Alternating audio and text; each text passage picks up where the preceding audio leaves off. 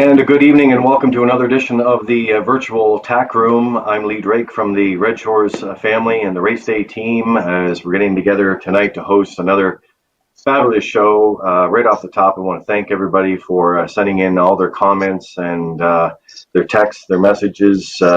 It's been fantastic over the past week, and we're really looking forward to having you back with us tonight for the next hour or hour and a half. So we have, first of all, right off the top tonight, we want to do a special shout out to Dr. Heather Morrison and the medical teams here, the frontline staff, the essential workers who are doing a fantastic job. Our Premier Dennis King and the entire government for not only keeping us informed, but keeping us safe. And also all of you who continue to do what we need to do in a time like this, and that is practice social distancing, stay at home as much as we can, of course, and we will get through this together. As our Red Shores family said earlier this week, David McKenzie and our general manager, and Michael McKinnon, our managing director, and the entire senior management team, there is no script for this, but we will get through it together. The harness racing community is known for that, all the members, and we will do that for sure. So the virtual Tack Room tonight, a special thank you going out to PEI Harness Racing Industry Association for their support on this show as well. Blaine McPherson and the entire team there. We appreciate that. So with a great show lined up, great videos, photos, conversation, and guests, let's bring in my co-host tonight. And let's go, first of all, out to Cornwall for my Red Shores co-host and my longtime friend, Peter McPhee. I think this is the longest, Peter, that we've been apart. Good to see you. How are you doing? I'm doing great, Lee. Family's doing well, and I agree with everything you said to lead off the show. Just stay home, Lee. It's the best thing to do right now. And if we do that, Lee, hopefully we'll see each other down the road at the racetrack. Great show tonight, Lee. Coming up, Corey McPherson's going to join us. Corey's just up the road from me here in Cornwall tonight. You know the area well. Wally Hennessey in Florida, and Ian Moir in Florida as well, Lee. Bang up show ahead tonight. Yeah, we're really looking forward to it. Let's go to my other co-host, Jerry McCabe. Jerry, a good evening to you. Thank you, Lee. Likewise, glad to be here. Everybody in our household is doing well and trying to follow the guidelines as best we can. My wife's in healthcare, and it's very important to do as we're told, to practice social distancing and stay at home whenever we can. Looking forward to a great show tonight with some special guests and some great trips down memory lane. Okay, so Kent Oakes, the creator of the show, is on the phone. Good evening to you, Kent. Good evening, guys. Just want to do an early shout out for a couple of young viewers that I know we have out in Alberta. It was my grandkids, Charlie and Leo, and it's tough not being able to have them around for sure, but it's something that we're all going through as parents and grandparents right now, and really looking forward to tonight. We get three great guests, and looking forward to what we've got lined up for this evening.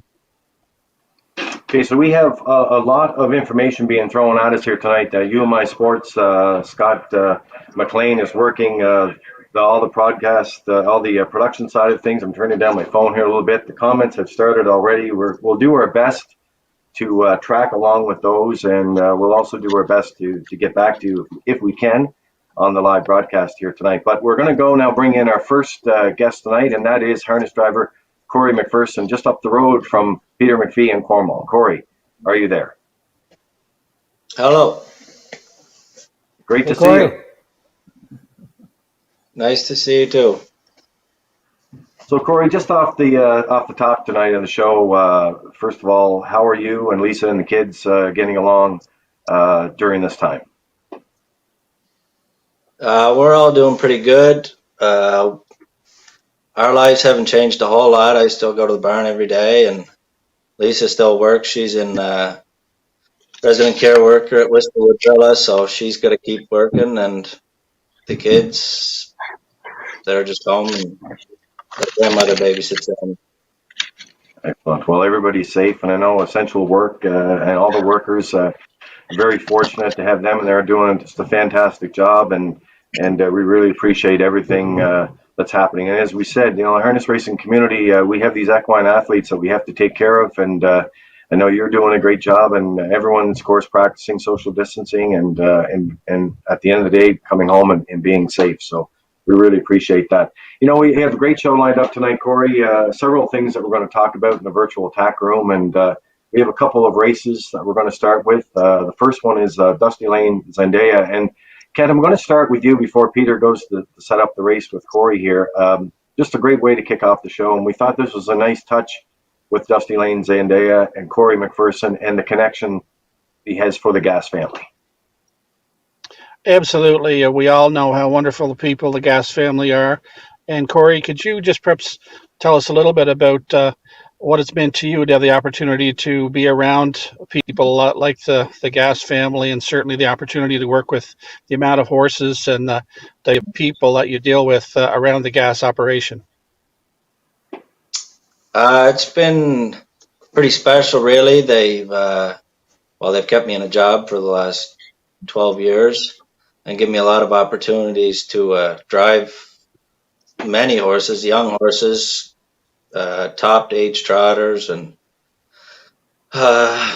you just get to deal with a lot of different types of animals every day, and you really learn a lot about horsemanship.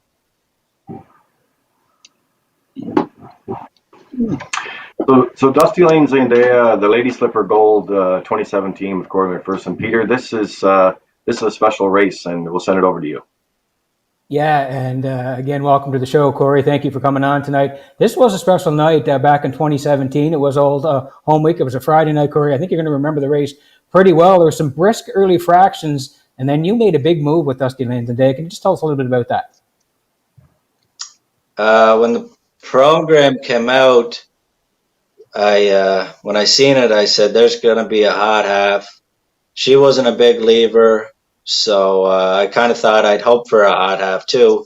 And she had one real good brush down the backstretch, and it just worked perfect. Corey, when you tipped her there and she made the brush, did you think you were going to have enough to hang on? Because I believe Romo was coming late with another filly, and he was trying to track you down late. Yeah, like I say, she had a really good brush down the backstretch, and I might have took just a little bit more to clear than I needed. Well, I had to use it, but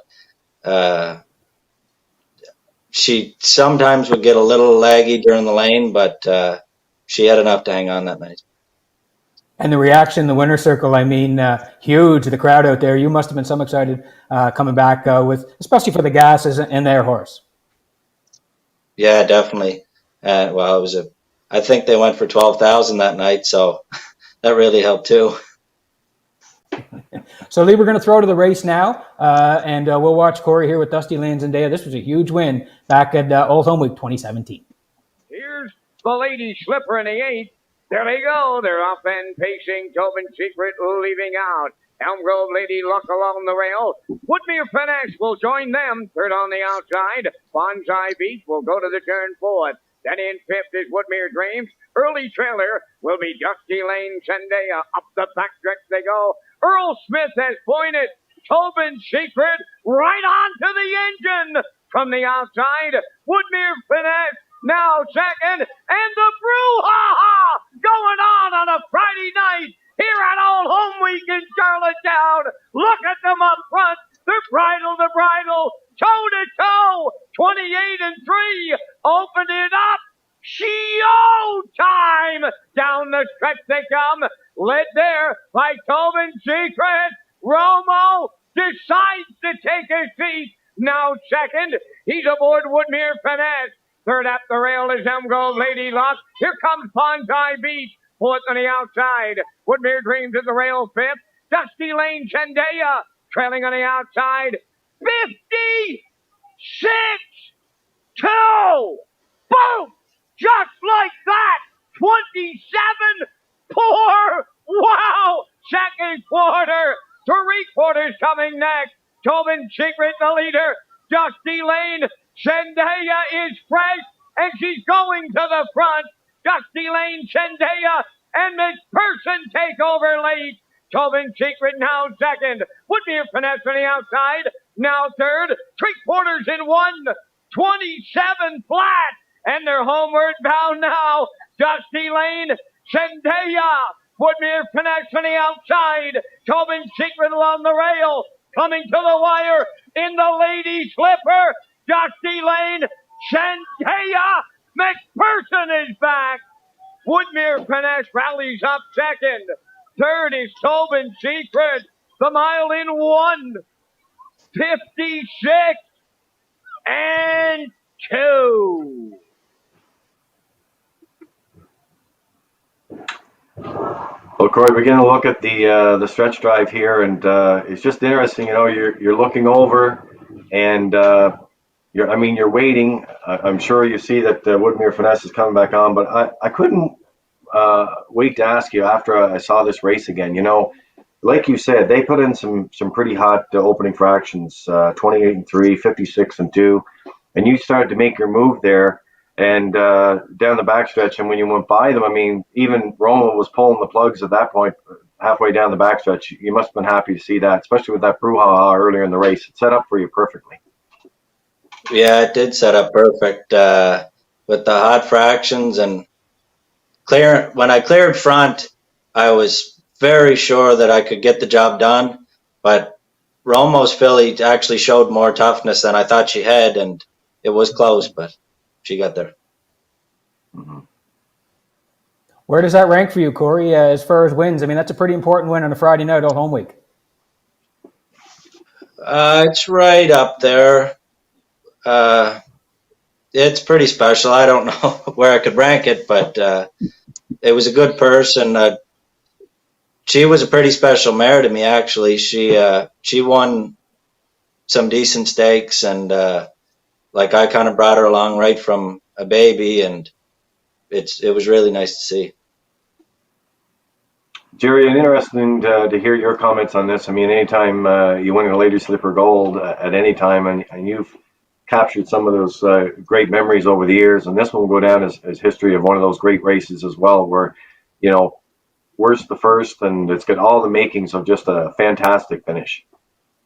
Sure did, Lee. A heck of a race, and real nice one to win, Corey, for sure. The big crowd around Friday night old home week, the Lady Slipper, big feature on that night along with the Roach McGregor Memorial. And I'm sure there was a very happy crowd to greet you in the winner's circle that night, Corey. Yeah, they were very happy. There's like everybody. Every time you meet people in the winner's circle, they're happy, whether you drove it good or bad. As long as you get to the winner's circle, everybody's happy. Happy to greet you there. Yeah. I always say, you know, during anytime actually the winter circles at Charlottetown and Summerside, especially here on the island, we have so many people that come out for that celebration, and I think it's just what we do on Prince Edward Island to show such appreciation and so many great connections to that horse. Our next horse is obviously something very special as well. Waiting on a Woman. And before we get to the video and before we get to some photos and some comments on that, turn it over to you, Jerry, with some incredible stats on this horse. Well, recently, Waiting on a Woman was named the Atlantic Sire Trotter of the Decade, and for very good reason. Career numbers stack up like this: 74 lifetime wins, a lifetime record of 152 and 2 over Pocono Downs, and earnings of nearly $580,000, the most for any Maritime or Atlantic Sire trotter, and right up there with any Atlantic Sire pacer or trotter of all time. Back when Corey was beginning his driving career in 2010, magic happened. This homebred trotter, David and Mitchell Turney, came along and gave Corey gave him his early lessons, and that year they just astounded us on the maritime circuit, setting track records in Summerside, in Truro, and setting the maritime record in Charlottetown, 2 minutes and 4/5, knocking a full second off the former record. Didn't slow down any in his 3-year-old year either. In fact, in July, set the all-age track record over Summerside in 1:59 and 1, and a month later come back and equal that record again. A month later in the PEI Colt Stakes, equaled the overall maritime record with a trip in 1:58 and 4, a new all-age track record for Charlottetown. Again, unheard of. You'd have to go back to the 1970s when Maple Leaf Scooter was doing that kind of thing. 3-year-old trotters don't generally set all-age track records, but this horse was a horse of a generation for sure. The next year, as a 4-year-old, they shipped him up to Ontario. Robert Shepard put a new tab in 54 and 3 on him over Mohawk. He came back home that fall, raced the open trot here in Summerside and Charlottetown, won 5 straight before they sold him down to the U.S. Wally Hennessey hooked up with him down there, or was his main driver for a little bit. Over the course of that fall and the next spring, he won the open trot at Pompano 9 times. Went on from there to races free-for-alls in Pocono, Vernon Downs, Plain Ridge, the Meadowlands. He won in December of, I think it was 2015, in 52 and 2 over the Meadowlands, beating the open handicap trot at that time. Just an amazing career, and it all began back in 2010 with a rookie driver and a rookie trotter. Kent, just before we throw to Peter on this to set up the race here in this record performance mile in Summerside, you've seen a lot of trotters in your day, and I've seen a lot of record performances, and I guess it's safe to say we were all witnessing something very, very special at that time. Absolutely. I mean, really an historic career for that horse. And Corey, how early on in, as Jerry mentioned, you were with that horse from the start. How early on in his career did you really know that you were dealing with something exceptional? I broke the horse at Ronnie's, and it was like very early. I turned him the right way and let him trot along, and I called Mitchell, and I said, this horse is pretty special. I said, I can't tell you how fast I went, but he's a car. So it was like March of his 2-year-old year kind of thing. Wow. Yeah, he showed me a lot of potential early. He was smart. He did everything so easy. Corey, I remember interviewing on the Inside Track last year, and we were talking about that day, you told me, but you also mentioned his gait. You said his gait was something special. Yeah, he was a big, long horse, and he stretched every inch out of every stride, and the push that he had was unbelievable, and that really helped with his top speed. Mm-hmm. So, Lee, we're going to get a look at the race here. Corey, we're going to take you back to Summerside, July 12th, 2011. Do you remember quite well going into that day? Yeah. I remember kind of discussing with Mitchell. Well, we were pretty sure we could win, and he said, do you think if you let him roll along, he can break a track record? I said, there's only one way to find out. So that's what I did. All right, well, let's take a look at it. Here it is in Summerside. Corey waiting on a woman setting a track record. And then we'll come back. Iceman Harris has jumped it off. Crystal Bailey's on the run. Ragged beginning here. Waiting on a woman out for the lead. Mile Hill Bow towards the rail is second. Around the turn in third. That is Salisbrook Wind. Then in fourth is Harmony T. Fifth on the outside, Miss Luana Ridge. Then in sixth towards the rail, Dusty Lane Tilly. Seventh is Crystal Bailey. And the Iceman Harris has taken himself out of it. He's now the trailer. All by himself. Waiting on a woman here with Corey McPherson. Mile Hill Bow is second. Salisbrook Wind is third. Wow, they're sitting up here. 28 and 3 was the first quarter. Waiting on a Woman is going to have to go it alone tonight. Second is Mile Hill Bow. Up from the outside, Harmony T to take over third. Then in fourth is Salisbrook Wind. Racing from fifth, Dusty Lane Tilly with the Iceman Erith. Then Miss Luana Ridge and Crystal Belly is the trailer. Opening half mile in 58 and 1/5. He may be taking a shot at the track record, folks. At the 5/8 pole, waiting on a Woman all by himself. Second towards the rail, that's Mile Hill Bow. And from the outside, in third, that's Harmony T. Trotting up to fourth from the outside as they move along the back stretch. Dusty Lane Tilly. Salisbrook Win is fifth. The 3/4 is up in 1:28 and 4. Folks, he does, yes he does, have a shot at the track record. That's waiting on a Woman all by himself. Down the lane he'll trot. The only thing he's up against now is the clock. He's a true champion. 3-year-old Atlantic Sire trotter waiting on a Woman for Corey McPherson. Mile Hill Bow will trot up second. Harmony T will finish third. If you've been around the island, folks, you know I like suspense.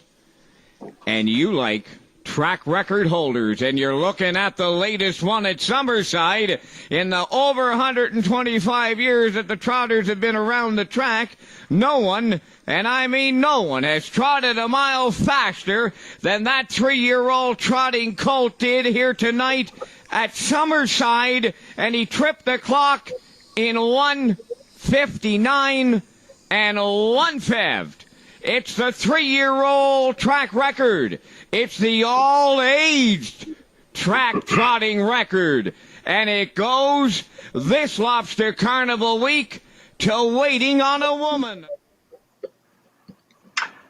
You know what, Corey, you are approaching a milestone in your career right now. You're only, 12 wins away from 1,000. I know you're getting very close to that. And it was great. I saw a great article that Kurt Hughes did with you this past week. I was reading up on that. But, there's 2 special moments in your young career that really have to really stand out in your memory in terms of just fantastic moments. And I wondered with the horse Waiting on a Woman, it just seemed to me like just sort of get him off the gate. And once you get him off the gate and get him clear around that turn, he's just all business and gone. Yeah, he was really tough to drive behind the gate at first, and he wore a really tight hobble. If I could have had a little longer hobble on him, he would have actually went faster. But we needed a snug hobble on him to get him off the gate and around the turn. But after that, it was just don't fall off. What did you call him around the barn? He had a different name around the barn. Was it Charlie?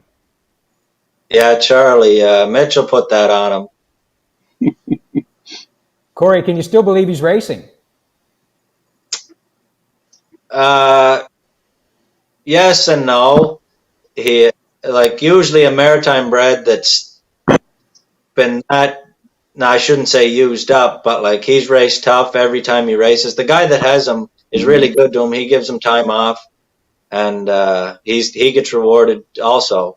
But no, it's great to see that he is still racing. I'd love to get a hold of him again and give him a home when he's done, but I don't think that guy wants to give him up either. You know what, Corey, it's been fantastic to talk to you, and I know, as I said, you're only a number of wins away from a milestone that you've earned with 1,000 wins, and we look forward to getting back to the track soon so you can get that, and well deserved. And thanks very much for joining us tonight in the virtual Tack Room. No problem, guys. Anytime. Thank you. Thanks, Corey. Thanks, Corey. Thanks, Corey. All right, so what a great segue we have here, because Waiting on a Woman with Corey McPherson and all those special moments that we have, and right now we're going to go to the driver who also had a chance to drive Waiting on a Woman, and of course, all the way from Prince Edward Island. We're going to hook up with him tonight in Florida, and that is Wally Hennessey. Wally, good evening. How you doing, Lee boy? We're doing just great. You know what? It's so great to see you and have a chance to talk to you in a world that's been totally turned upside down. And how are you and Barb and everyone getting along in Florida right now? Oh, I guess, as good as you can expect, really. Our lives changed a little bit, but not a whole lot. Barb's a teacher, and she's doing some teaching from home now instead of being hands-on at the school. But myself, I still have to go and take care of the couple of horses that I have at the track. So that gives me a little bit of sanity to get out of the house for 2 or 3 hours. But it is crazy times, but I believe we're doing the right thing. I'm not that smart, so I don't know whether we are or we aren't, but I believe we are. And it looks like they're probably going to get us back to normal here pretty soon. All right. I'm going to bring in the rest of the guys here tonight, Peter and Jerry and Kent, and we're going to start, Wally, with what we just left off with Corey McPherson. You had a chance to see Waiting on a Woman, and you had a chance to drive that great horse as well. The great performance in Papa. I wonder if you'd share a little bit about what that experience was like. Oh, that was great. I follow the maritime racing pretty close at all times. Like as you know, Lee, I tune in with you and Peter and you guys quite a bit. So maybe back then I wasn't watching quite as much, but I knew of the horse and I knew how good he was, but wasn't quite sure that. Well, listen, he was in the top class down here in Pompano, so he had to be pretty special. But as I watched Corey there, that was kind of like the same strategy I used. He could leave the gate really, really fast here down here, the 5/8. So I think at them 9 wins, there wasn't much guessing game to me when I drove him. I think I just went right to the smoker, and he was the best. I kind of like the smoker. And of course, you get to leave on a 5/8. You get to leave in the backstretch. So I mean, you can gun out of there pretty good, right? Yeah, well, we got a whole lot more room from when the gate lets you go to when you get to the first turn. So it makes that makes a big difference. I could sympathize with them guys. Like I bet you at 2, especially because he was so big and the turns come so quick there. On all the tracks, all half-mile tracks. So I'm sure they had. That's what I just heard him mention that the hobbles was tight, and I'm sure without the hobbles, he might have had his hands full keeping them flat. Mm-hmm. Okay, well, we're going to go now to a couple of different special segments here, Wally. We've got a number here. We've got videos. We've got some great pictures. We're going to take you down memory lane. And the first one we're going to go to tonight is back to Driven to Win in 2005. And Jerry, over to you to set it up. Okay, back in 2005, Lee, the new Charlottetown Driving Park Entertainment Center was just opening up. That Old Home Week was its first show. I got to go just before Old Home Week, smoked a mile in 154 flat. So the new track surface was pretty glib. We knew that. Going into Old Home Week, Wally came home to drive a horse that Scott Bell took down with the permission of Joe Holloway. Joe trained and co-owned that horse. He'd been racing the top class at the Meadowlands, raced in the William Houghton Memorial the month previous. He came home, won the first Gold Cup trial that year. Wally used the passing lane, and they get home first in 54-4.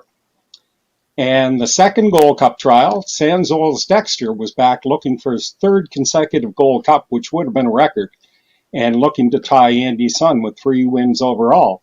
He looked pretty sharp on the Monday night, setting a new track record, 152-4 for Mark McDonald. Mark was leading Canada in wins that year, so pretty exciting win for him.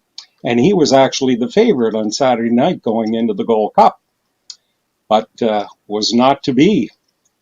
He was denied his third, as we'll see shortly in the video. And what an amazing mile Driven to Win and Wally Hennessey put on that evening.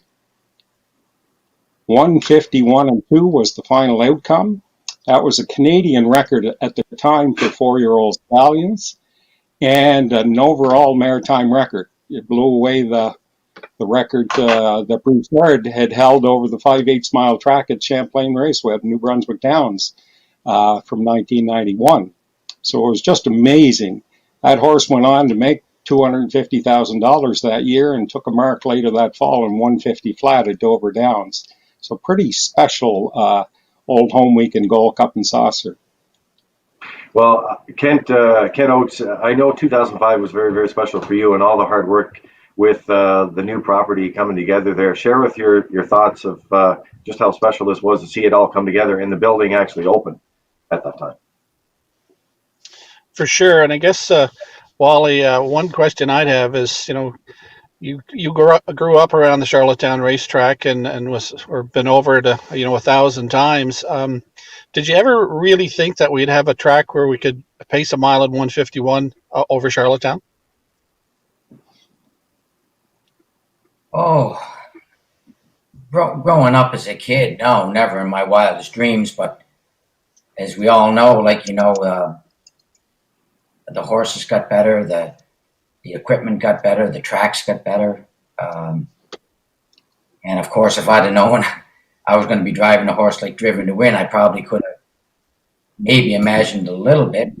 Not growing up there. No, as you guys remember, we had the clay track, and we only went 6 wide, 2 trailers, and 208, 210, 212 was huge. And actually, I'd like to go back to them times, really. I mean, they were the greatest times of my life as a kid, growing up watching races there. I'd like to say that it was the greatest education that any young person could ask for that was going to, pursue harness racing. Peter, I'd like to get your thoughts on it. It was a pretty exciting time for us, launching a number of new things at that time. But what do you remember about this? Before we talk to Wally, but what he remembers of the race before we show him the race. How about your sense of excitement and just the crowd there that night and everybody so anticipating the big race at the new place? It certainly was, Lee. It was an exciting time for everybody. It was great to have Wally home in the race. He had won one before that, but he had the rail that night. And Wally, I'd like to get your thoughts. Going into that race, it seemed like you wanted to boss it. You said you liked the smoker. You were certainly there on that night. Yeah, thanks, Peter. What I'd like to first off, I'd like to, if he's watching or if he's going to watch, Scott Bell, thank him so much for asking me to come home to drive this horse, because believe me, guys, it was just a matter of who was sitting in the sulky behind that horse, I believe, because first off, the elimination early in the week, he had a very easy trip, and I don't know whether that helped him at the end of the week, but it certainly didn't hurt him, and I'm sure it made Scotty's week a little easier, where he didn't have to maybe recoup him as much. It was a real easy elimination for him. But funny about if you as we watch this replay before it comes up, I guess I'm kind of noted for being aggressive, and I don't think anybody telegraphed them other 7 fellas outside me that I was, because they all come out of there. And yes, my thinking was that if I get out on the right foot and got around the first turn, it's the only way that they're going to beat me is they're going to have to catch me. Well, excellent. Let's bring you back to that great memory. We're going to throw to it now. This is the 2005 Gold Cup and Saucer, Driven to Win, and that combination of Scotty Bell and Wally Hennessey. Time to get it on. They're lining up. Driven to Win. Sparkler. Rich Camelot. Magical Gigi. Sandals Dexter. Our First Falcon. Harmony P. Back from the past on the grandstand side. It's showtime at Charlottetown. And on the rough and the cup and saucer. Sandals, Dexter leaving out. Magical Gigi with him. Driven to win with rail control. Stacking them up 3 wide into the turn. Sparkler towards the rail. Which Camelot getting away 5th. Our first Falcon towards the rail 6th. Then in 7th, Harmony P. Back from the pass, trailing the field. That is Driven to Win in line to Wally Hennessey. The run to choo-choo here. Going by the quarter pole. Pacing second towards the rail. Magical Gigi opening quarter shop. 27-1. Boom! Just like that. That's Wally, and that's Driven to Win on the front end here. Here comes Sparkler up and out of the outside. Magical GD towards the rail 3rd. Sandals Dexter. Now he's left uncovered. Through it to the outside. Following him 5th. Our first Falcon. 6th up the rail. That is Rich Camelot. 7th to the outside. Harmony P. The trailer. That's back from the pass. 55 seconds flat for a half. That's 27 and 4 in a second. Driven to Win, leading him up the back stretch. They're in 3/4 pool land now, and he's opening up on Sparkler 2nd. Sandals Dexter got his work cut out now. He's racing at 3rd. Throw it to the outside. Our first Falcon, 3/4 track record time, 1:23 and 3. World-class driver, Wally Hennessey, and his horse, Driven to Win. Nothing now. They're up against the clock. They're home and cold. Cup and saucer, 46. Driven to Win and Wally Hennessey all the way.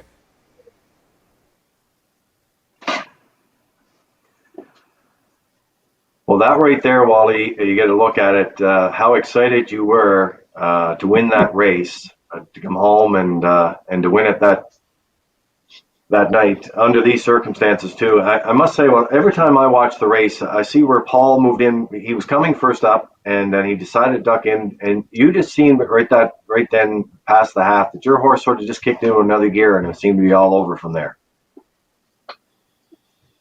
Yeah, like I said, listen, you never know going into a race what's going to happen. Actually, let me make one point about that race, which is very funny. I don't think anybody's ever brought this up, but I was out in the post parade, and that was when the Harmer bike first came out, and they had them spring loaded axles in, but anyway, I was out parading them, and I said, something's not right here.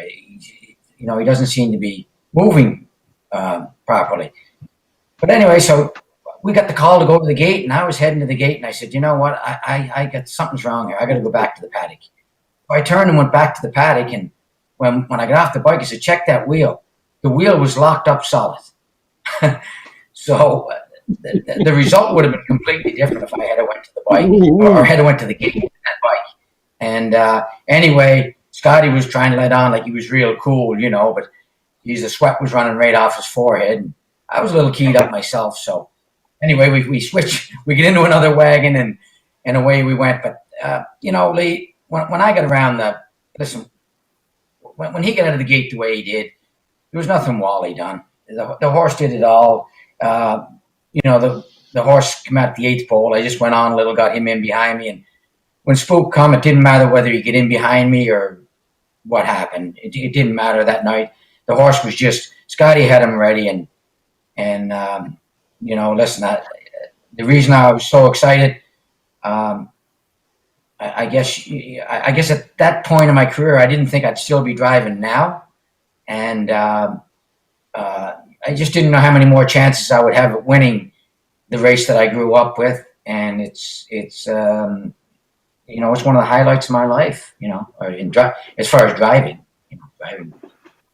Actually, I do remember that the bike switch, and because I think you came out in a blue bike and you won the race in a gray bike. But yeah, it's good that you caught that, guys. I want to go around to you and ask Wally about your memory of and seeing that race Driven to Win. Is there anything you'd like to ask Wally about that special win? Go ahead, Ken. Thanks. First off, Wally, got a message today from Jimmy. a good friend of ours, and certainly you and your brother Danny's Ron Hill. I thought he is tuning in tonight, and Ron just wanted to say hello to you. Oh, that's beautiful. Hey, Ron, I'll tell you something about Ron Hill, guys. I met Ron probably 30 plus years ago. He's from look at one of the greatest blacksmiths I ever encountered in my career, and he did Dan and I some tremendous good. He made us look good, shoeing our horses, correcting a lot of our problems. But not only is Ron a great blacksmith, but he's a way better person, and I'm glad he's tuning in for this. And also, Kent, you mentioned Jimmy Whalen, and I'd be wrong if I didn't bring this up about the Whalen family. They were the ones that got me rolling early in my career. I was kind of a mixed up young fella, and wasn't quite sure where I was headed. And they gave me an opportunity that I never forgot. And Jimmy and Walter, they know that very well. And it was just an opportunity, his time there. Like, when Walter had a broken arm, I don't know what he did. He probably cracked somebody, but Jimmy had a suspension come due, and I was a young guy that hadn't drove much, and it was at Fredericton Raceway, and they gave me the opportunity. They chucked me up, and I won a few, and I said, this is a pretty nice feeling. I need to get addicted to this, and I haven't stopped. Go ahead, Jerry. Speaking of bikes, I just have to ask this because your good friend Mark Beckwith, of course, that you were able to bring home for Old Home Week the last couple of years, but he sent in a question. I thought it was a great time to tie this in because another person I was looking online there as we follow along in the comments was Tammy McKay. She paddock driven the win that night. She remembers the wheel too.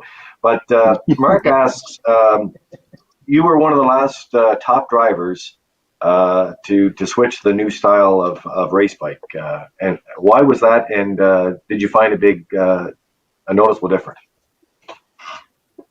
My buddy Becky, how you doing, Beck, buddy? Listen, I'll tell you something, guys.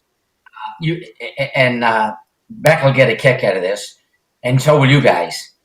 You know what my answer was to him when I drove a lot of horses for Beck, and I got to thank him so much because a lot of them were 4 to 5. 6 to 5. He could have been driving them. He put me down, but he was always upset that I was in the Harmer bike and everybody was in the more advanced bikes, they call them, I guess. But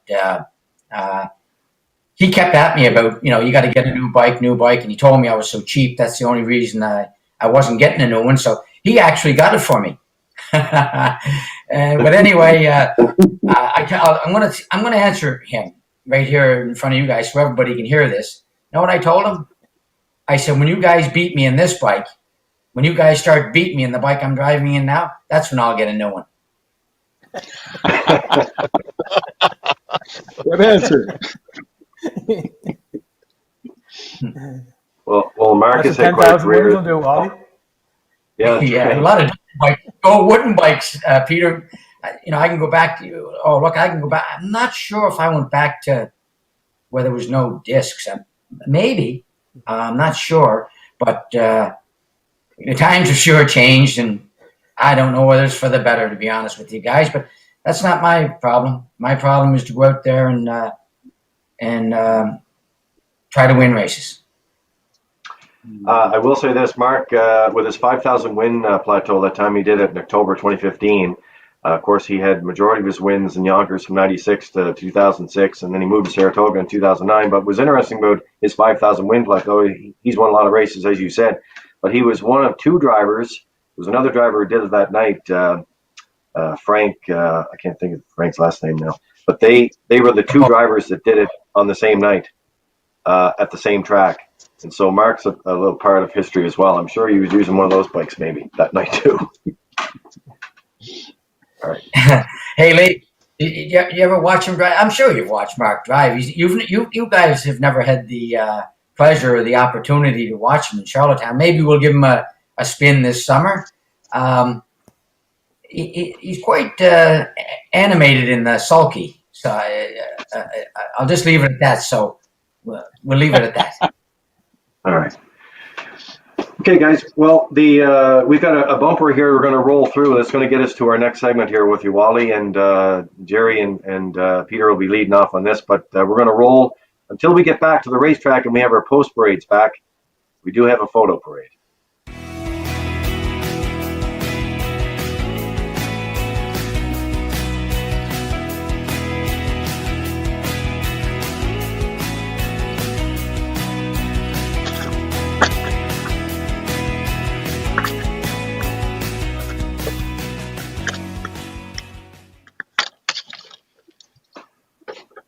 Well, I think this is probably one of my favorite segments of the entire show, and I know we have a lot of people that send in photos. We do appreciate that. We'll have another way to tell you how to do that a little later on in the show tonight, but we can't get to them all. But we do have some photos here, Wally. We're going to bring you down memory lane with these, and I know Jerry's going to set you up first with the photo that you're going to see, our first one in the lineup here tonight. Jerry, over to you. This one takes us back to 1984, Wally, when you were the leading driver here in the Maritimes 3 years in a row, and this was one of the horses that put you on the map in a major way. Gemini Risk winning the Walter Dale Memorial back in 1984. Of course, he set maritime history the year before when he became the first maritime bred to record a miracle mile, breaking the 2-minute barrier at St. John in September of 1983. You didn't get to drive that day, although you did drive most of the time as a 3-year-old. You had another horse from your own stable in the race, Bay River Duke, and Steve Mahar got the call and set that record that day. You weren't very long following it up, though. You come right back in the very next race and matched it with another maritime bred, B.J. Allen. You also raced Gemini Risk last week. We watched the first Miracle Mile in PEI. Of course, earlier that summer in 1984, you set the track record with him at Summerside, winning the Tyndall Semple Memorial in 2 minutes flat. And then you cut the mile for winner's accolade when he did break the record in the Governor's Plate a little later. Of course, winner's accolade was winning 14 in a row at that time. And this is a little later that fall. Come September, you defeated him again. Winner's accolade, he got upset in the Gold Cup, but then you turned the tables on him in the Walter Dale with Gemini Risk. What do you remember about that horse and your time at the top in the Maritimes before you headed south? Okay, what I remember looking at this picture, guys, is this must have been a very, very, very special race, because the man who's not right beside me, but on the opposite side of the horse's head, was the trainer and the guy that developed this horse. His name is Donnie Galbraith, and he was a tremendous trainer, but he wasn't much for the limelight, and I don't know what brought him down to the winner's circle, because he didn't do that. So he must have been pretty happy that night. But when you go back, you're right. When you go back to when I didn't drive Gemini Risk, I did have Bay River Duke, but that was one of those times that the 2-minute mile was pretty special. And Steve Mahar drive him. It was an exhibition week in St. John, and he broke 2 minutes. I think he went 59 and 3 or 4. And I was happy for the horse. I was happy for the connections, but I was kind of disappointed that it wasn't me that was driving. And luckily, it just shows you how when you don't think about one thing, and then I come right back out in the next race, and I think B.J. Allen was a island bred, so he might have been the first island bred that broke 2 minutes.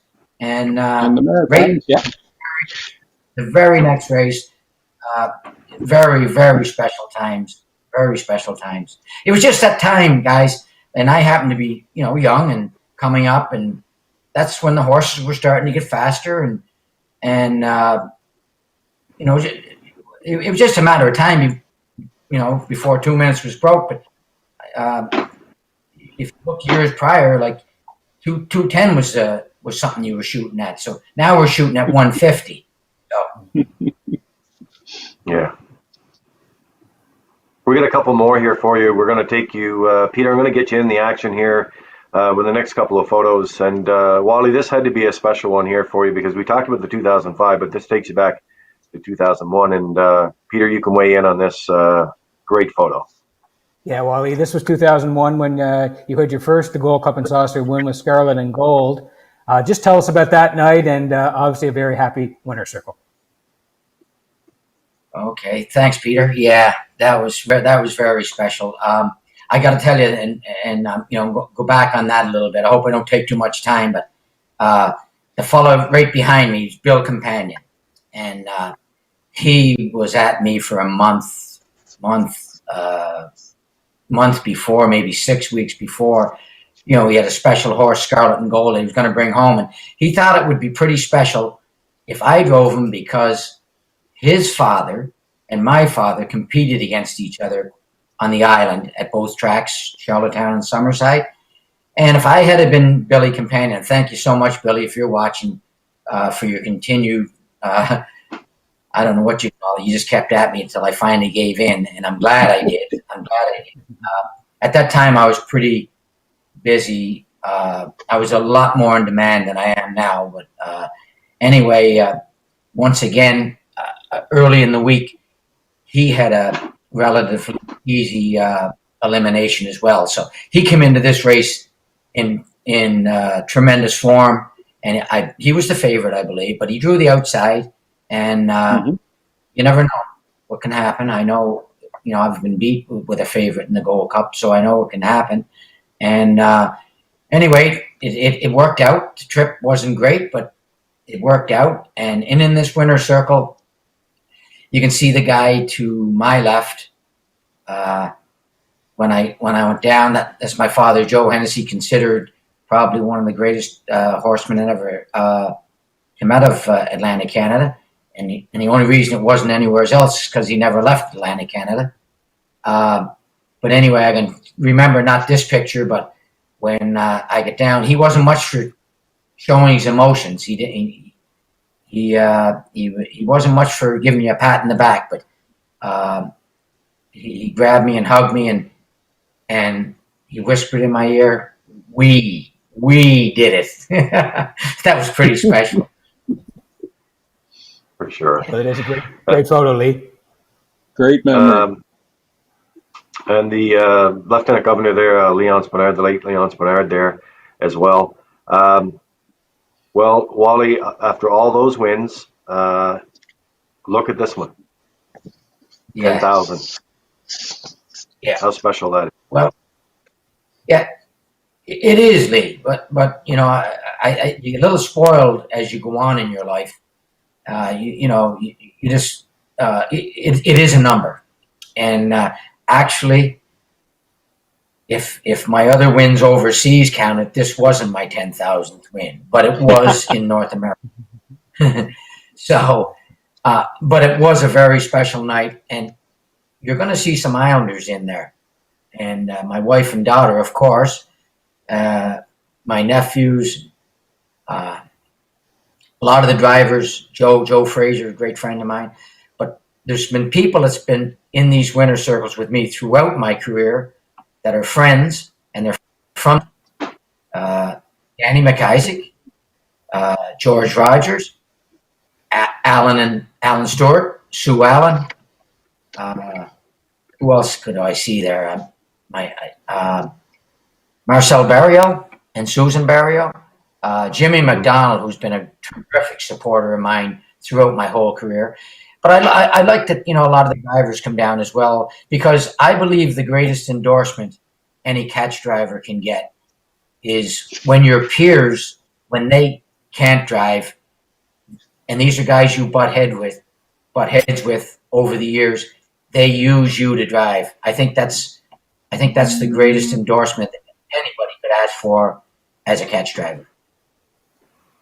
Kent Oaks, we were pretty excited when Danny McIsaac came back home and he brought the whip and in this picture along with us, as we knew right then we wanted to do something special with that and work with Jerry and Peter to get it done. That was a special time.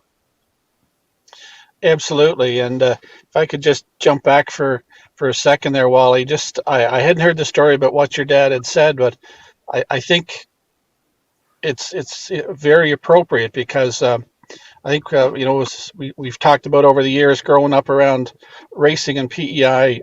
I know your dad was a tremendous influence on your career and on your life, and he played a big part in developing you into the horseman and to the person that you are. Oh, listen, Ken, thanks so much. As you know, he had horses for Charlie Oaks, Marion Stretch. Yeah. I got a blast for driving her one night when I was just getting started. She did have a good kick at the end of the mile, and all he told me was to hang on to her coming off the last turn, and if she's anywhere in sight, she'll probably win. And she was going to win, but I got a little excited. And I don't know whether you remember, but we always used to hang the wash back then, pick the lines up, and I hung the wash a little early. And Marion hit the gallop. Another thing I'd like to say is, hanging on like that, like my father was a tremendous influence. Like I said, he wasn't much for giving the compliments, but I never wanted compliments. I wanted him to be hard on me. And I'm glad he was, because when I first started out, I was horrible. I mean, I was completely a disaster. And I kept going because I knew there's no possible way a human being could be that poor. No, there's no way that you could be that poor of a driver. And I think if that's a lesson to people, that if you just keep hanging in there and wait for your opportunities come along, and you treat people the right way, and believe me, if you have any talent at all, you'll succeed.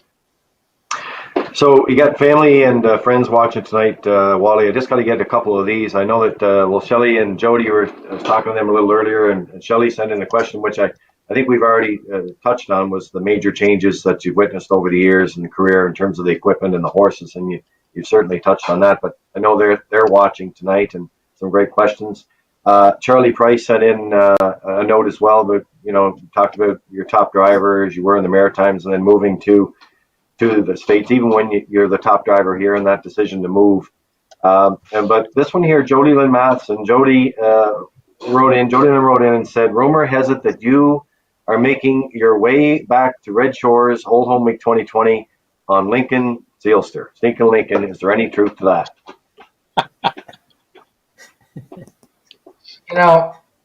Listen, when I go home Old Home Week, you guys see a different Wally than I generally am, because when I go home, guys, you got to understand something. That's my vacation.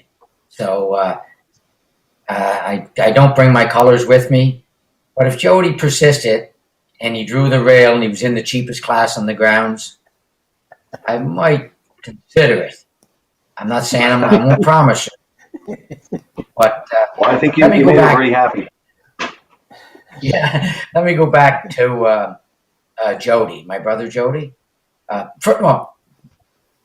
All my family, they were big influence, as well as my father. My brother Danny was with me throughout my whole career, up till last year when blindness kind of took him out of his normal life. But he was a big factor in my career. I never ever would have been able to put up numbers or had the longevity that I've had without my brother Dan. But I want to bring up Jody. You guys, he's never left the island, other than he went over to St. John for a few years temporarily. Mm-hmm. And everybody keeps joking when we're around Old Home Week about say to Jody, who's the better driver, you or Wally? And then they'd come to me and say, who's the better driver, you or Jody? And I just want to say on air here, I don't get much time to do this, or many chances to do this. I'd say that both of us, when we were on top of it, when we were both at our best and on top of our game, I don't think you could separate us. And I mean that because Jody could make any horse go. Bad horse, sour horse, he could do it all. And but the difference between Jody and I've had a little more longevity, and Jody get his tongue over the bit the odd time. So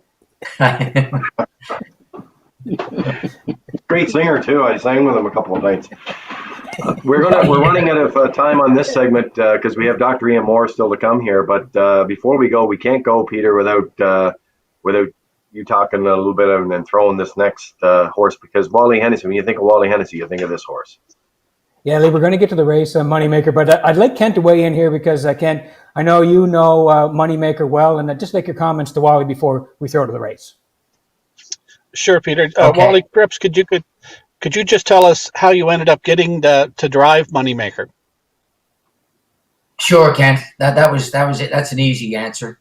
At the time, I was dominant pretty much on the New York Sire Stakes circuit, and Moneymaker was New York Sire. She was bred royally. She was by 2 world champions. She was by Speedy Crown, who was New York, and she was at a Nan's Catch, both of them world champions. She was meant to, she was never. I don't think anybody could ever believe that she'd turn out what she was, but that's how I got the drive. I don't want to go on because I know he's got to go on to Doc Moore there, and that'll be interesting as well. But I did make a couple of mistakes along the way. I chose off her a couple of times early in her career, and I almost lost her, as far as a drive. But luckily for me, the people that got the chance to drive her, they screwed up as well, so I got her back. Thank you. Wally, we're going to throw to the race. We're going to throw to the race here now in Sweden, the Elite Lap in '98. We'll get your comments after the race, but folks, listen to the crowd when Wally clears up with Moneymaker. Here we go. Andrans favorit är Tack Room. Tredjans favorit nummer 4, det Fira nog. Nu, mina damer och herrar, sätter till rätta i soffan. Bilen ökar takten. 100 meter kvar till start av 1998 års ritt. Strax är vi igång. Där släpper startbilen iväg fältet. Det är Taxtabelhonan invändigt. Utmanas av 2 Moneymaker. Från kommer också 5 Giant Touchdown. Jag tycker att det är Schoss Verbeck som har avgjort spetsstriden med innerspåret. Sett Taxtabelhonan. Men 2 Moneymaker var väldigt, väldigt bra med i början. Väldigt, väldigt bra var hon med och förvånansvärt bra, och nu får vi den här duellen dem emellan och så ska vi se vem som kan degalofera det Fida nu. Galopp för nummer 4, det Fida nu. Är Taxtabelhonan i ledningen med 2 Moneymaker utvändigt. Som tredje häst, där följer 5 Giant Touchdown. Som fjärde nummer 3 Frisky Fraser. Så är det positionerna när det är Taxtabelhonan. Schoss Verbeck börjar 500 meter på 1.09,0. Kommentar. Ja, fortfarande stenhårt tempo. Förvånansvärt nog så väljer Atle Hamre ryggen på Moneymaker med Giant Touchdown. Han kunde ha gått i ryggen och fått en smyglöpning i rygg på Taxtabelhonan. Det tyder på att Atle Hamre är ute för att ställa till med en riktig sensation här. Tredje spinner, spår 7 Georgia Limited. Tredje utvändigt Jim Frick bakom nummer 6 Running Sea. Så en liten lucka till nummer 8 Rival Damkar. Nu har de bara 700 meter kvar till mål. Det är Taxtabelhonan, 2 Moneymaker. Sida vid sidan är 2 Moneymaker. Då stenhårt attackerar nummer 1 Taxtabelhonan. Är på väg att koppla greppet. De passerar 1000 meter där. Klockan visar 1.10,5. Då tar 2 Moneymaker över. Oj. Jag har aldrig sett något liknande. Jag vill påstå att här är bland det värsta jag har sett. Hon fullständigt på ett par meter krossade de övriga. Bara klev över Taxtabelhonan. Har han kört för tidigt, den gode Wally Hennessey? Frågan är det när det är 300 meter kvar till mål. 2 Moneymaker leder. Det är 5 Giant Touchdown som är på väg att ta upp jakten. Längre ut kommer också nummer 7 Georgia Limited. Galopperar Taxtabelhonan som slagen. 2 Moneymaker. Wally Hennessey leder. 5 Giant Touchdown försöker. Långt ut kommer 7 Georgia Limited. Mycket snabb. Fortfarande 2 Moneymaker. För 7 Georgia Limited som närmar sig hela vägen in mot mål. Men nummer 2 Moneymaker kommer att räddas av mållinjen och segern är Moneymakers nummer 2. Wally Hennessey vinner. Jimmy Takter. Vi lyfter för kapsen för Jimmy Takter, tränare. Detta, Thomas Nilsson, var en fantastisk prestation. Ja, naturligtvis måste man ju fundera över vad hände egentligen med Taxtabelhonan där som gav upp så. That is just unbelievable, Wally. That day, you will never ever forget that experience. And as Peter said, the crowd, the cheer, unbelievable. Yes, you didn't see the elimination. I'm glad you didn't show that one. It wasn't one of that there. I didn't. But that race there, you notice I never went in behind the rail horse. And Bernie Lindsted's well respected. He was over here for 15, 20 years, and he gave me advice before I went into that final. He said, Wally, don't go to the fence, because as soon as you do, somebody's on the outside. You'll never see daylight. And one quick thing about that the guy, what you guys didn't notice there, Josh Rubeck, who had the rail, in my elimination, he put a park job to me with Moneymaker. And when we hit the 5/8, he went on the pace with that horse. And didn't make the final. Moneymaker won the elimination. In that final heat, you seen he didn't let me go, which is fine. That's his choice. But if you watch the stretch run, he went on the run because his horse got so tired. 2 weeks later, we go to Denmark for the Copenhagen Cup, and I got the outside again, 7 or 8. And Josh is the leading driver in Europe at that time. He came to me before the race. He says, my horse can leave very good. He goes, when I make front, you just come. I want to finish second.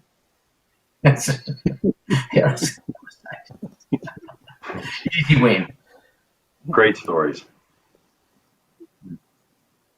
Okay, well, I think we're going to flash up one more photo, and guys, I'm going to let you go around the horn here, just the virtual Tack Room, and say some closing comments to Wally. I'll just end off by saying, Wally, I always enjoy our chats. I always enjoy that call. You when you make a call and send along your comments. So I really appreciate it. Guys, over to you. Wally, thanks very much for coming on. You were just an awesome guest tonight. Just a quick comment about Moneymaker. It must have been a dream horse to drive for you. I know you have 10,000 wins, but to drive a horse like that must have been incredible. Peter, you have no idea. What Moneymaker done for a 5-year, 6-year period was truly something that we'll never ever see ever again in the harness racing industry. A girl beating the guys week in, week out. And but what she done was she actually ruined me, because there's no comparison. No, but doesn't matter what horse I drive. I just go, okay.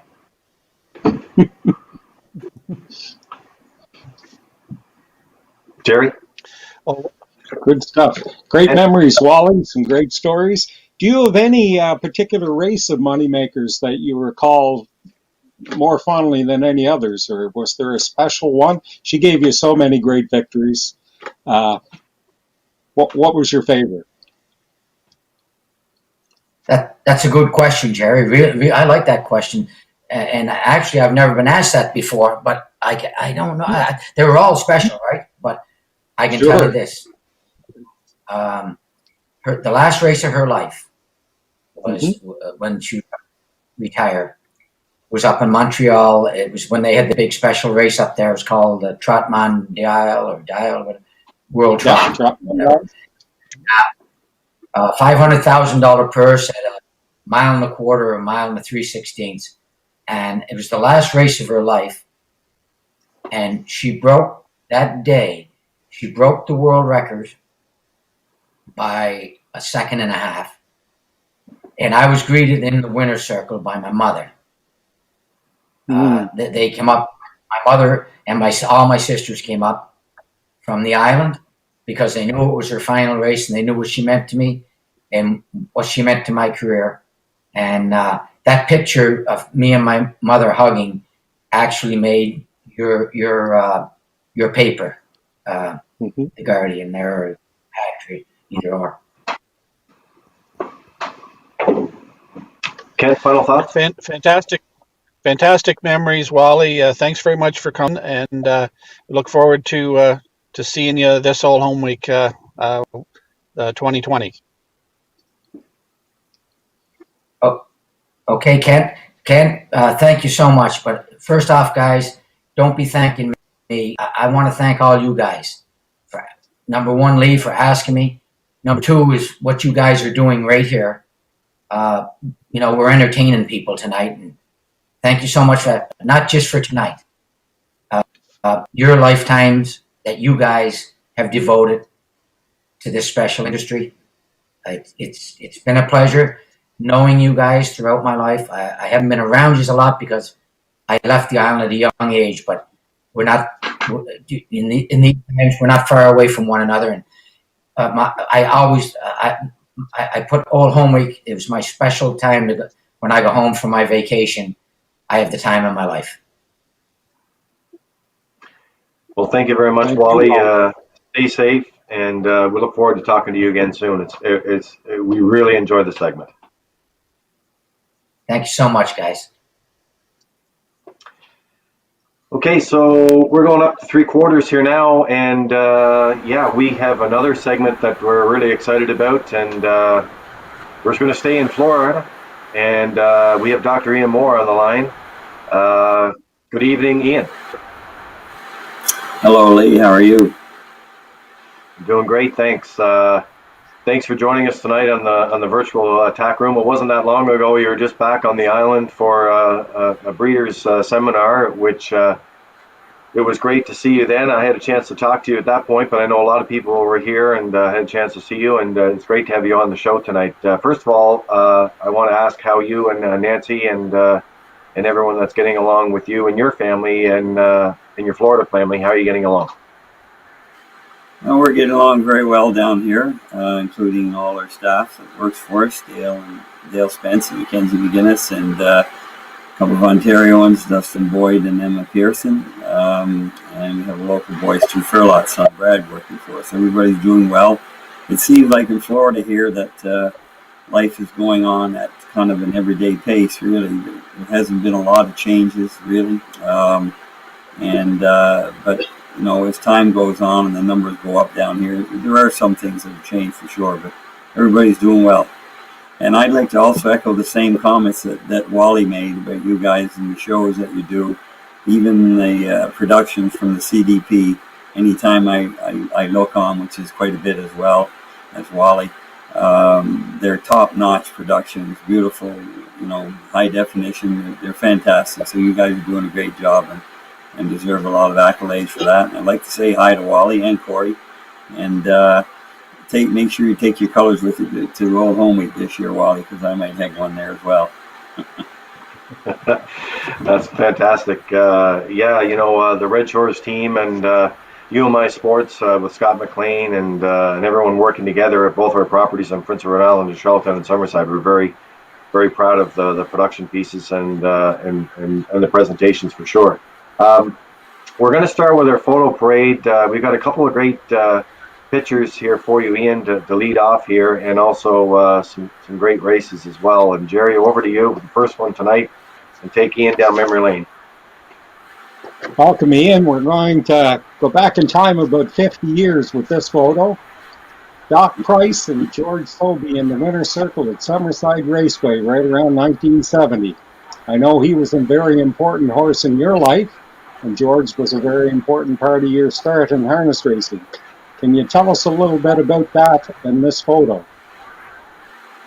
Well, first of all, I'd like you to notice how much hair that I have there holding the horse, Doc Price.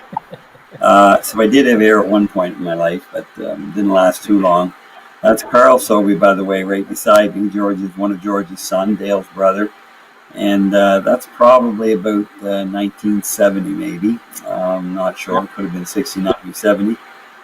And Doc Price was the first horse that I ever jogged on the racetrack. George was a tremendous horseman back in his day. He had a little trouble with the bottle at times, but a lot of people did back in that era around the racetrack. My mother used to hate me for going there. Lester Chappell started me there. I guess that story's out there. And then I ended up with George Sobey looking after the 3 or 4 horses that he had. And so I did a lot of mucking the stalls and grooming horses for quite some time before George finally let me jog that horse. And the day he let me jog Doc Price, it was unbelievable. And I just, you know, I've often said I love to see horses like that, and you know, horses like Wally's father, Joe, had that used to race against Doc Price. John Willie Bob was one of them, for example, at the Saturday night features at the CDP. I'd love to see those horses today and how much they could go today with all the tracks and the bikes and everything. So it was a great start for me at the track, that's for sure. I learned a lot from George Sody. Thanks, Ian.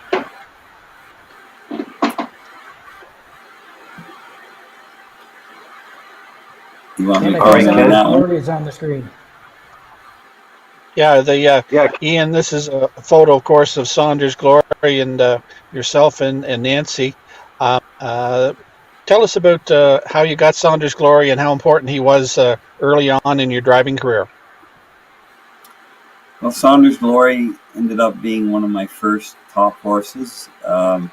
This picture was 1979, I believe, and it's a young Nancy at the horse's head. So you can count up the numbers there. Nancy and I have been together for well over 40 years now and still going strong today.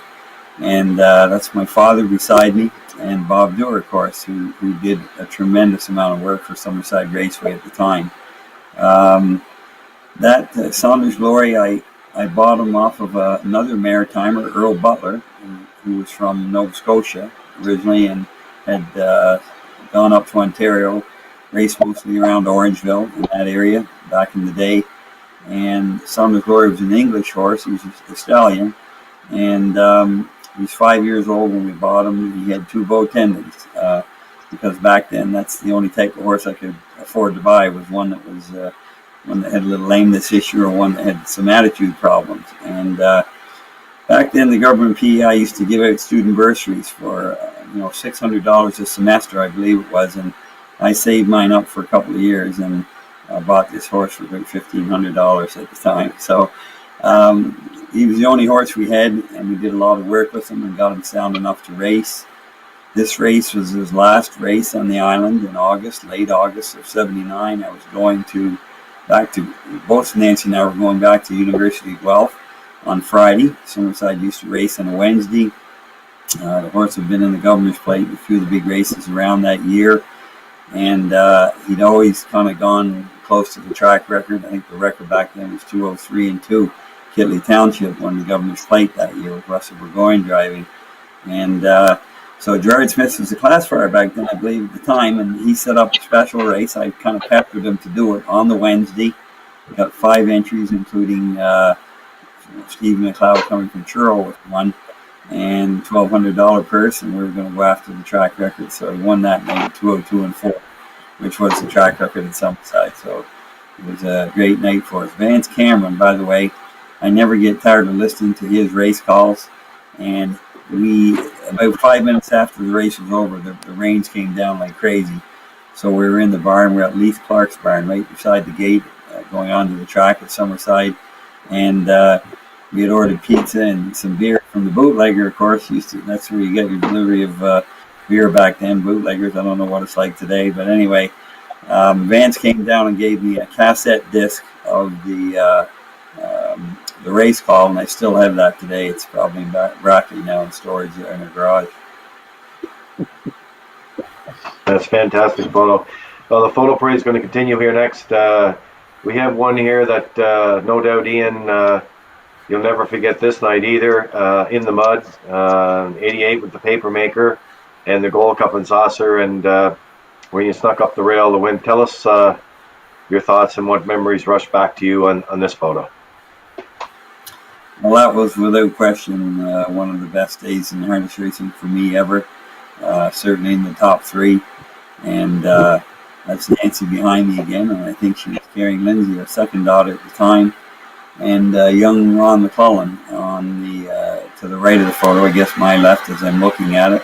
Raymond Kelly, the groom, and that's one of Ron's sons in there.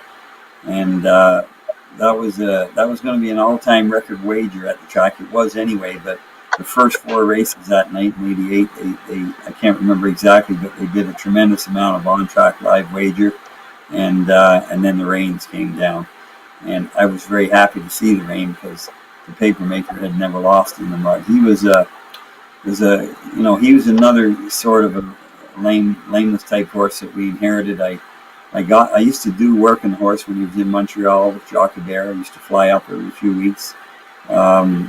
At Ron's request. Ron and I have been friends for many years, Argina Group Limited. And And then we're going to retire the horse and stand him stud at our place out in Winslow. We had a few stallions at the time. But I started jogging him back and trained him a bit. And one day I trained him 2.5 or whatever. And I said to Ron, I said, I think he's sound enough to race. So anyway, we ended up racing him. We had to breed him about 4 times a week throughout the season. There he bred 60 mares in something like 59 days. And some of those happened to be on race day. And unlike John III that Emmett Bernard had, where he used to do that on purpose, that he raced better, the papermaker didn't race as good on the day that he had to breed. But that day didn't have to breed, and the track was muddy, and it was fantastic. And I will make another comment there. Everybody remembers, of course, Mike McDonald on the front with Gimbal, and Phil Pinckney on the outside of him with Beaver Hanover, both Mike's horses. Mike was way out wide going up the backstretch. It was a hub rail back then, and I'm humming and hawing whether I'm going to go or not. I saw a chestnut nose stick up inside of me. That was Soupy Campbell with Maple Grove Shadow, and so I went to the inside as well.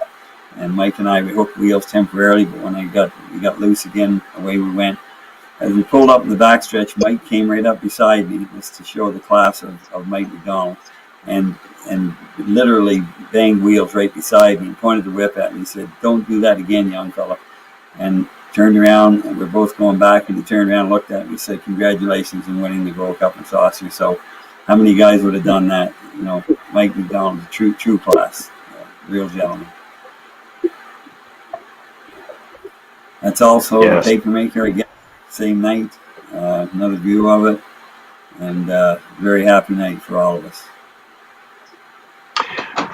Well, I think, Peter, we're going to take Ian now to his first video here, and when you look at the papermaker and how he was able to get out there and get up and win that exciting race, you have a dandy.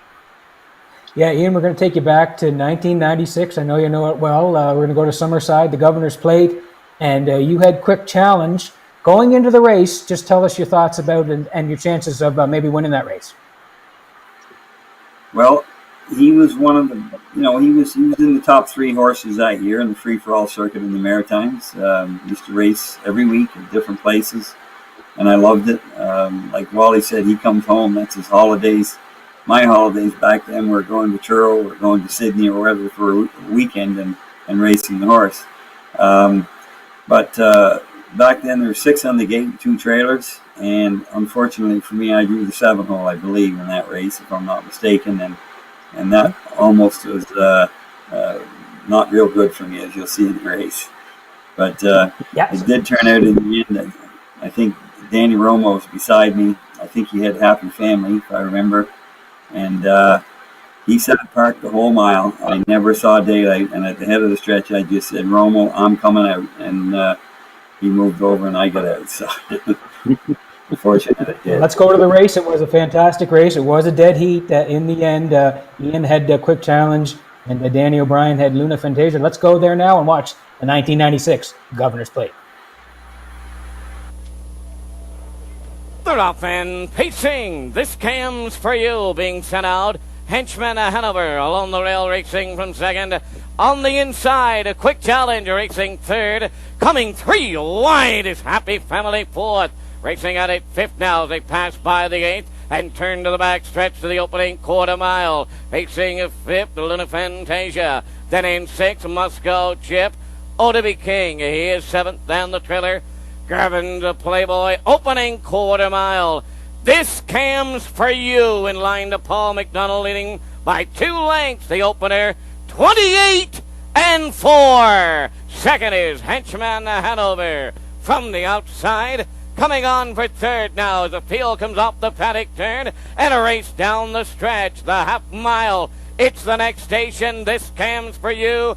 Getting him there. Second, Henchman Hanover on the outside, a Happy Family caught third.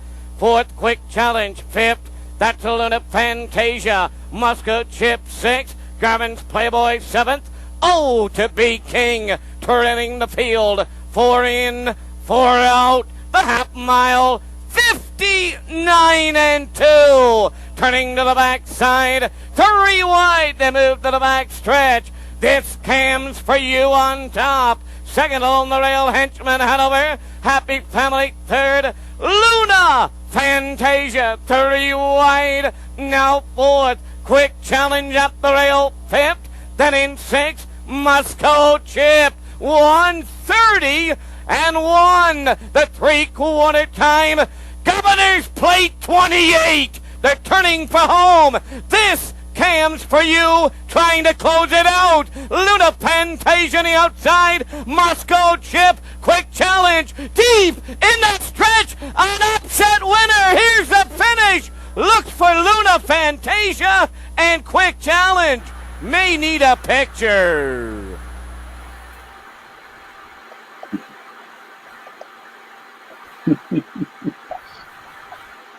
And there is the photo, Ian. There is the picture. Go ahead, Ken.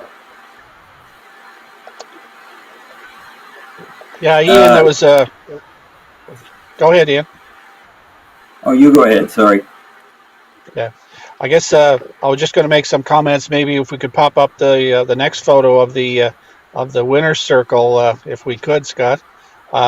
Just want to mention that's one of the few dead heats in a major invitational race on PEI, and certainly we see Danny O'Brien and Sonny Seitman there, who was the owner of Luna Fantasia. I see Gary Dougal from The Guardian, Paul McKinnon, the Director Emeritus from the USTA, the late Gilbert Clements, the Lieutenant Governor at the time, T-Bag, yourself and Nancy, Tom Clark.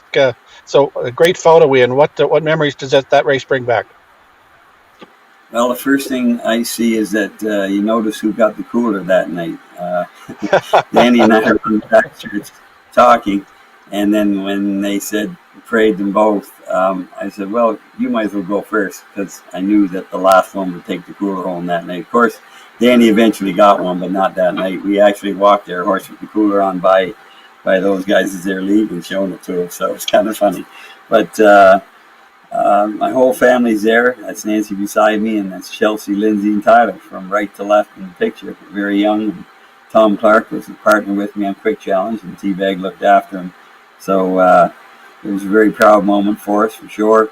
And you probably didn't notice, but in the winner's circle photo, Danny's horse buried in a little bit right at the finish, so his horse's head was turned to the right. If it had been straight, he probably would have been ahead of me by nose if you look at that picture. You can see Danny's pulling off to the right there, so that was good.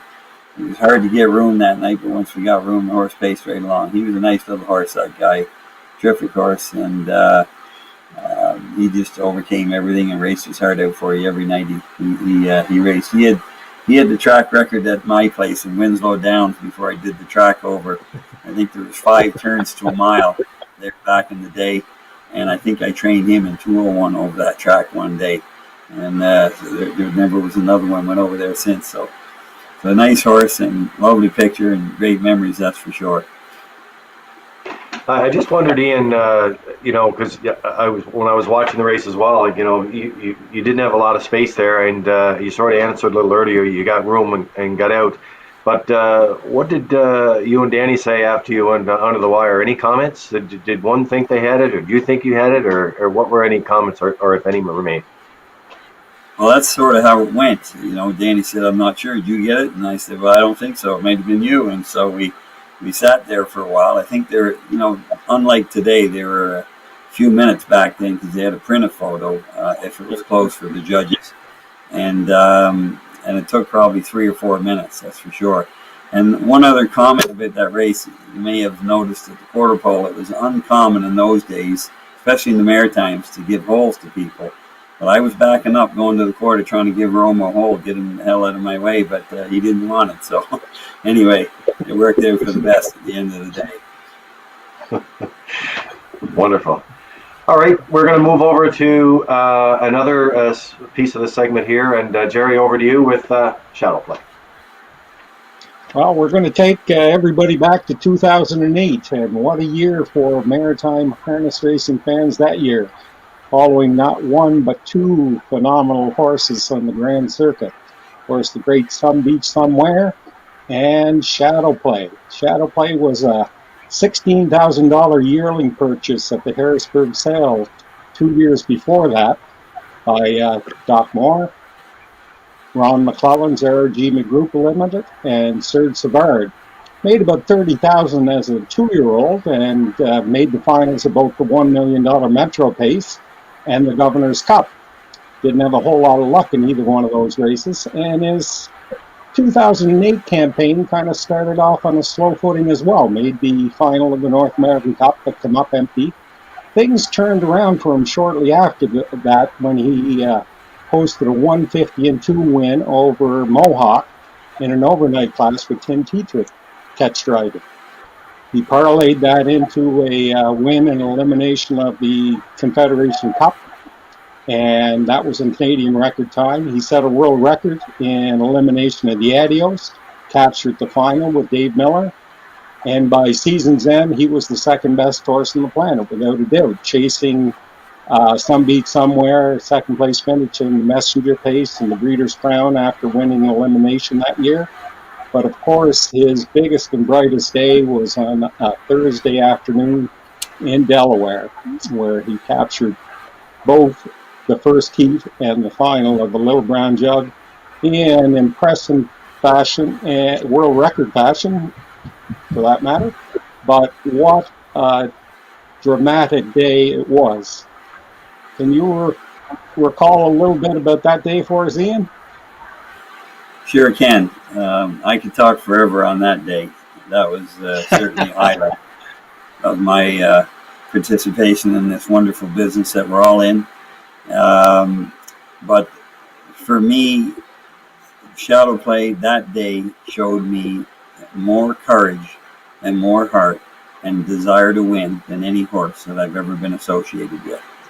And I'll just summarize the story, but basically, he came up lame after the first elimination.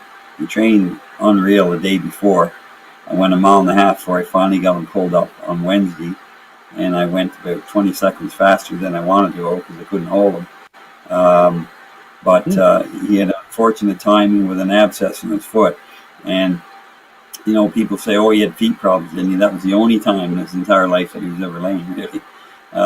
He went his whole career without a joint injection or anything like that. And so Nancy was bathing him after the first heat in the, the jug barn that they have there in Delaware. And when he went to the bath stall, I thought, geez, he took a bad step there. And then when she came out with him, sure as heck did he ever.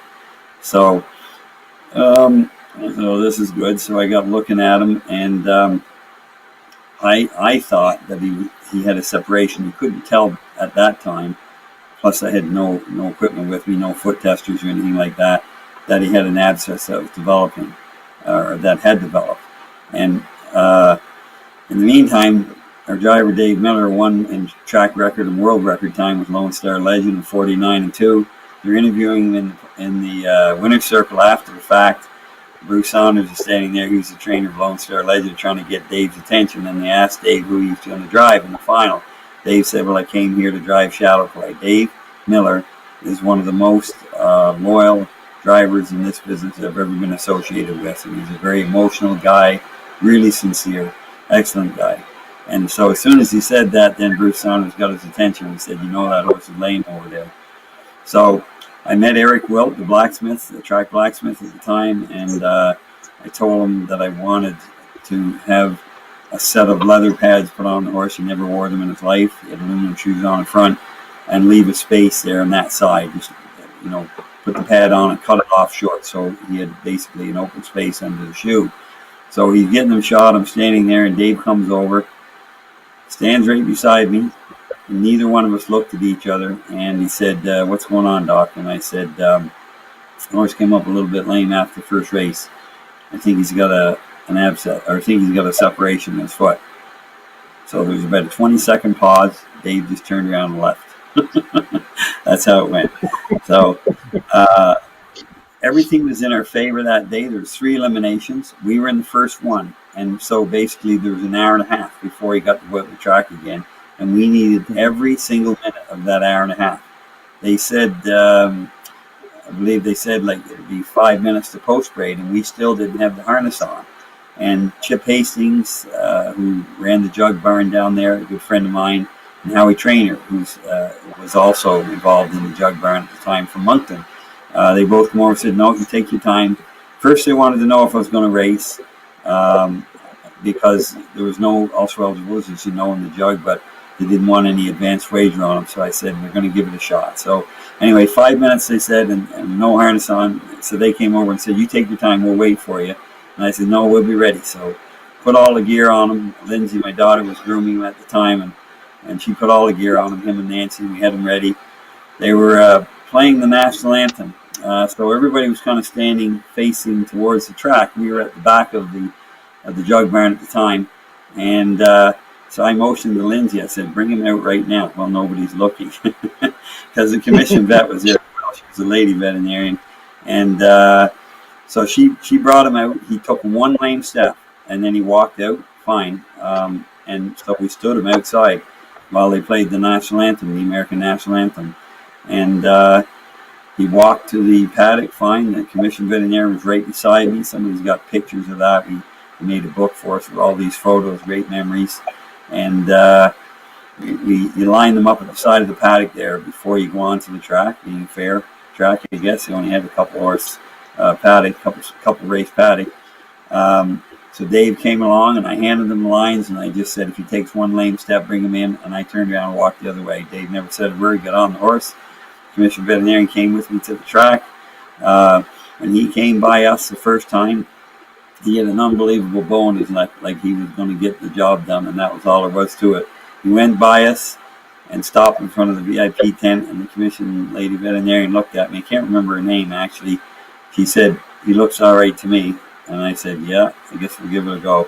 And that horse stayed sound, to get the race done, walking him back to the paddock after the race. As soon as he got by the VIP tent, he started walking lame, just as if to know that now they're not looking at me, I can do this. And it was just a tremendous display of courage, that's for sure.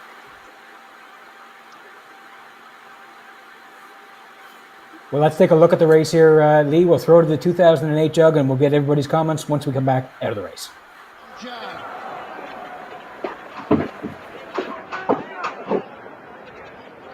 And they're standing up for the start. They're up and pacing. Shadow Play goes right for the lead. Lone Star Legend will tuck in second. Artificial takes the tuck third. Into the turn from the second tier. Giddy Up Lucky gets away fourth. Santana Blue Chip racing fifth. Round the turn six. Rudy Red Nose. Mystery Chase treading the field. Goddesses Justin. Straight alignment down the backside. And Shadow Play takes him over to the first quarter mark. 28 seconds. Snail's pace after those opening eliminations. Racing second. Lone Star Legend. Round the turn. Racing third. Artificial and Pierce. First up on the outside.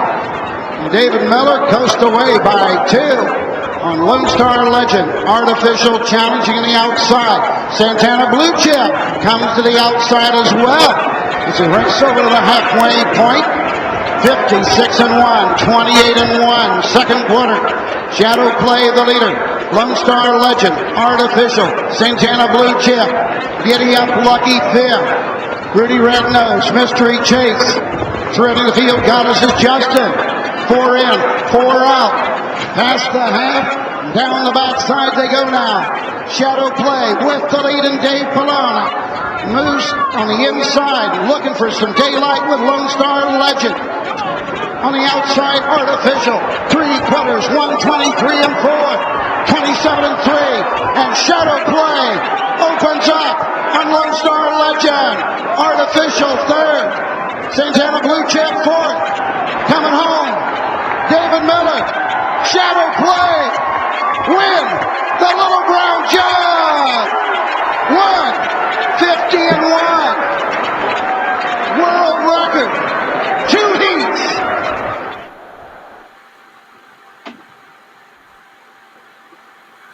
Ian, at what point, was it by the 3 quarters? Was it right behind the gate? Was it at the half where you thought to your point, you know what, we're going to get it done, we're going to win the jug? In the middle of the last turn, there's a flower bed there, a small flower bed, and that's where he took off and opened up lengths. And Nancy and I went and sat by that flower bed later on that night, I guess. But that's where we knew he wasn't going to get beat, that's for sure. My two girls, Chelsea and Lindsay, were there, and they were standing right beside me, and they started screaming down the stretch. I was half deaf. Probably some people think I'm half deaf anyway sometimes, but I was for several days after that. They screamed so loud in my ear. It was fantastic. The last segment. Yeah. Ian, like Wally, I read an article today that you said back then, sometimes great athletes can play through pain. You sure showed he was a champion on that day. He sure did. Like I've already stated, it was just a tremendous display of courage. The pain that horse was in after the race was unbelievable. They were trying to get his urine sample in the jug barn. It came right to a stall, and he was three-legged lame at that time. And it went on for about an hour and a half. I had got one of my veterinarian friends down there, John Reichert, to come and assist me. We wanted to x-ray him. We wanted to treat him. And then about an hour and a half after the race, and of course there was a ton of people around there. And like Wally said, there was lots of Maritimers in that picture. I think the McIsaacs were there, Dan and Sean, and Alden O'Brien maybe, and Wayne McGee. There was a lot of them there in that picture. And by the way, there was two Island boys in that race, associated with that race. I'm sure you noticed that Paul McKenzie, Spook, was driving Giddy Up Lucky for John Louis Arsenault in the same race. So that's probably not happened before, but it did in that one. And anyway, it was, after the race, finally I said to the urine test lady, I said, you got to pull blood. I said, we have to treat this horse and get him x-rayed. I said, it's inhumane, because at that time I was kind of thinking that it might have broke something. And anyway, they did take his blood, and we x-rayed him. It was all normal, and you couldn't tell an abscess, and you certainly could in the morning. We were able to treat him. It kind of took away from the post-race celebrations. We did take a lot of people out for supper that night, but I was more concerned about the horse than anything else. But in the end, it worked out pretty good. We had to stay there a couple of days after the race because he was too lame to truck. And then Saturday afternoon, about 2 o'clock, we took him out of the stall, and it softened in an area in his hairline. I stuck my thumbnail in it and broke it. And it was one of the biggest abscesses I ever saw come out of a horse's foot. And we had him on the trailer 4 hours later, heading to Ontario. We got back at midnight. So it's quite a story, and it's one that I'll never forget for sure. Ian, it's Kent. You've had a great, tremendous career. You've managed some marvelous horses, and including Shadow Play. Tell us about the pressure that's on a trainer that's competing at the Grand Circuit level. Well, I don't view it as pressure because that's what we train those horses for. We want to compete at the top level. All trainers do. Every trainer on PEI wants to race in the Gold Cup and Saucer and the Governor's Plate. And if that creates pressure and stress, then maybe you shouldn't be in the business, I guess. I love that. I like what goes along with it. And back in my younger days, maybe not so nowadays, I'm sure Nancy will tell you that, but back in my younger days, I used to think that the pressure and the stress always made me perform better. So, it's part of it, and you get a lot of disappointment sometimes when you think you should have done well and you didn't do well, and so on. But really and truly, the pressures, it was part of the whole thing, and I don't mind the pressure. Maybe more now so than I did back in the day, but it's just a good thing to be part of that Grand Circuit and racing at that level, because that's what we all dream of. Mm-hmm. Jerry, any final comments with you on Shadow Play after seeing that race? Oh, very courageous for sure. One we'll never forget either. And he's continued to serve you well as a stallion too, Ian, giving you a number of top performers, over $35 million in earnings by his offspring so far. It must continue to to make you proud, the kind of horse he's been. This year also he's on the Canadian Horse Racing Hall of Fame ballot, one of the 3 to be inducted. Whether he'll make it or not remains to be seen. We'll find out soon, but I'm sure you'll always have fond memories of that day in Delaware, but also his continuing career in the stallion market. Yeah, he's been quite an influence and tremendous asset on my life and my family, of course. And Ron and I were talking about that not long ago, what that horse has done for us over the last 10, 12 years now. And, it seems like a lot of trainers out there, good trainers, have had one top horse, and they've had a lot of other good ones, but only the one top one. And it's going to be hard to ever get one like him again, that's for sure. And I also want to say that, ironically enough, when times get bad, sometimes I might watch that race on my phone sometimes just to brighten my day. It's been several years since I watched that race now, a couple of 3 years probably. And yesterday, I got so tired of turning the TV on, looking at all the coronavirus figures, that I actually put that race on my phone. I said, "Here, Nancy, let's look at this." So it's good to see it again a second time, 2 days in a row, that's for sure. Excellent. Well, Greg Blanchard tweeted tonight, that horse, Heart of a Lion, and what a thrill it was for him to be there and sharing that experience that day. And as Peter said, a true champion gets it done. And it's just so much fun, Ian, to be able to go down memory lane, whether it was back in your days in your early career and or the pinnacle of your career. It doesn't matter. And I think the virtual Tack Room tonight, we just had so much fun. We really enjoy having you on, you and Nancy. Say hi to Nancy for us and everyone there, all your crew in Florida. We're thinking of you back home. Stay safe, and we look forward to having you and seeing you again soon. Hopefully it'll be sometime in August, maybe before. And like I said, you guys keep up the good work. You're doing a tremendous job. And I'm sure everybody that watches this program and every other one you guys do really appreciates it. And you need to be said, needs to say that, that's for sure.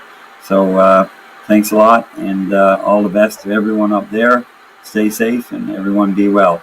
And it looks like you're by the bar there, Lee, so it's probably time for a little drink there before you go to bed. I never moved one glass tonight. I'm watching you. Good night, Ian. Good night. Thanks, Ian. Thank you, Ian. Gary and Ken. Everybody stay safe and be well. You too.